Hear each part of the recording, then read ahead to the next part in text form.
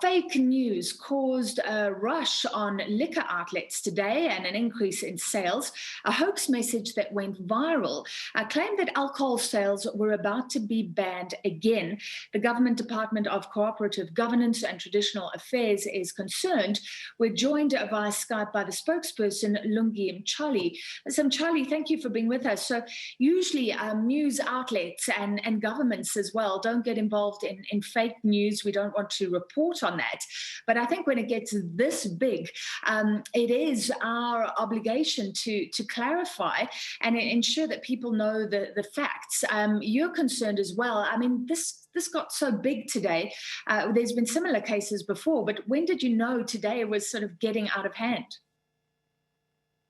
Yeah, thank you, Francis. It is indeed concerning that we had, out of this fake news, we had almost a stampede of people rushing to liquor outlets to buy alcohol.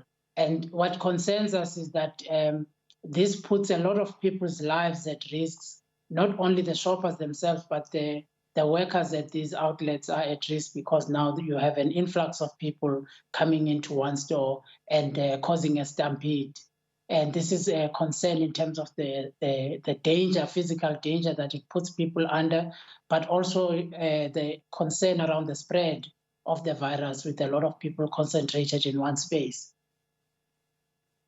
I can't believe people have the time or energy or motivation to disseminate fake news. Who do you think could be behind it? We don't want to speculate at the moment, but this is the seriousness of this matter has caused us to ask the law enforcement officers to investigate and have a look at who could be behind the spread of this fake news. You will also remember that it's still a prosecutable offense to be spreading fake news under the Disaster Management Act.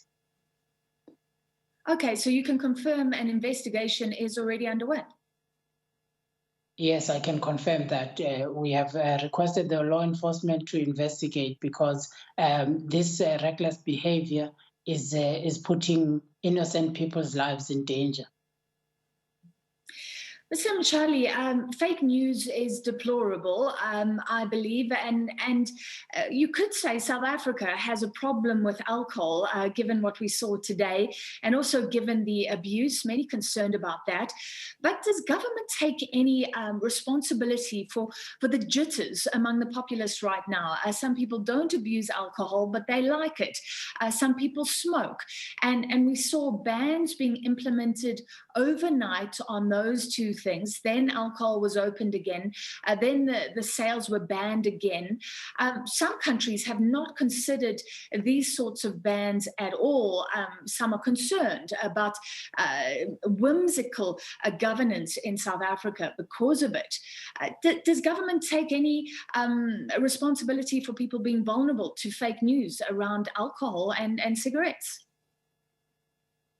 I think government takes responsibility of protecting the lives of South Africans and protecting the general South African, and ensuring that all South Africans have a chance of accessing proper health care without being denied that access by people who do abuse alcohol. But I want to say that government has no intention of using the regulations of the Disaster Management Act to start regulating alcohol consumption in general. The decision to ban alcohol was purely based on government's need at the time to ensure that we have a functional healthcare system that was under pressure due to, among other issues, the reckless consumption of alcohol. Mm.